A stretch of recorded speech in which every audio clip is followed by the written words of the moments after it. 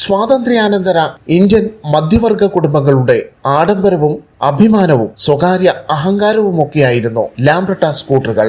70കളും 80കളും Indian നിരത്തുകളെ ബജാജിന്റെ ചേതക്കിനോടൊപ്പം തന്നെ കൈയടക്കിയിരുന്ന scooter രാജാവായിരുന്നു Lambretta.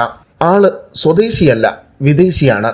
1947 ഇറ്റലിയിലെ മിലാനിൽ ഫെർഡിനാൻഡോ ഇന്നസെന്റിയാണ് ലാംബ്രട്ട സ്കൂട്ടറുകൾ നിർമ്മിക്കുന്ന കമ്പനി സ്ഥാപിച്ചത്.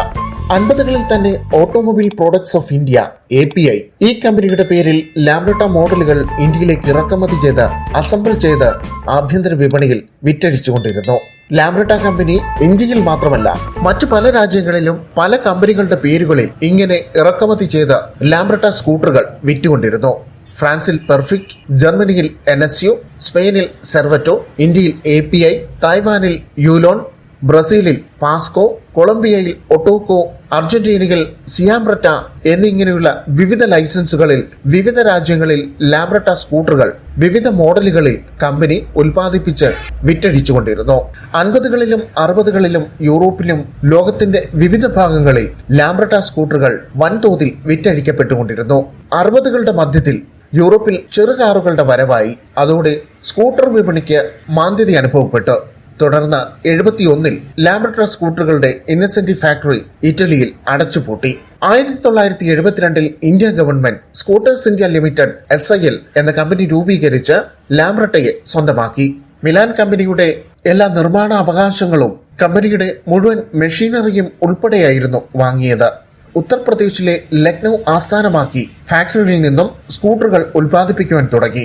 72 SIL ലാംബ്രട്ട സ്കൂട്ടറുകൾ നിർമ്മിക്കുമ്പോൾ ഇന്നസെന്റ് ജീവനക്കാരുടെ സഹായവും ഉണ്ടായിരുന്നു. മുഴുവൻ യന്ത്രസാമഗ്രികളും ഇറ്റാലിയൻ ഭാഷയിലായിരുന്നു.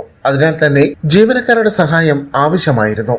ലാംബ്രട്ട 150DL എന്ന പേരിലാണ് SIL സ്കൂട്ടറുകൾ ഉൽപ്പാദിപ്പിച്ച് കയറ്റുമതി ചെയ്തിരുന്നത്.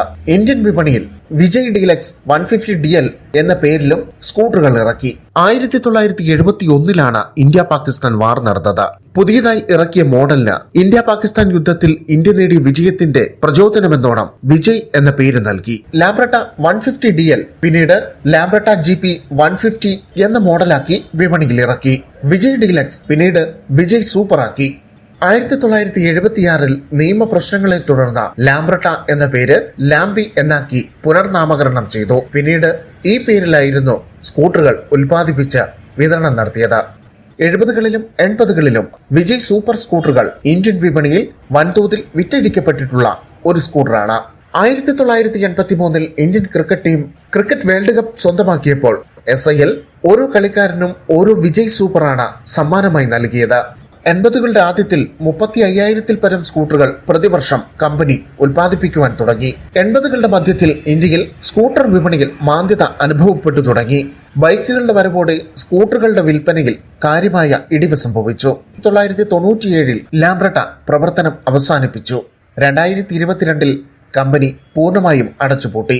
20കളിൽ ഇലക്ട്രിക് സ്കൂട്ടറായി തിരിച്ചുവരവിന് ഒരുങ്ങിയെങ്കിലും 2022 ലാംബ്രട്ടയുടെ പ്രവർത്തനം പൂർണ്ണമായും നിർത്തി. ലാംബി സ്കൂട്ടറുകൾ ഒരു കാലഘട്ടത്തിന്റെ ഓർമ്മയും ചരിത്രവും ഒക്കെയായി അവശേഷിക്കുകയാണ്.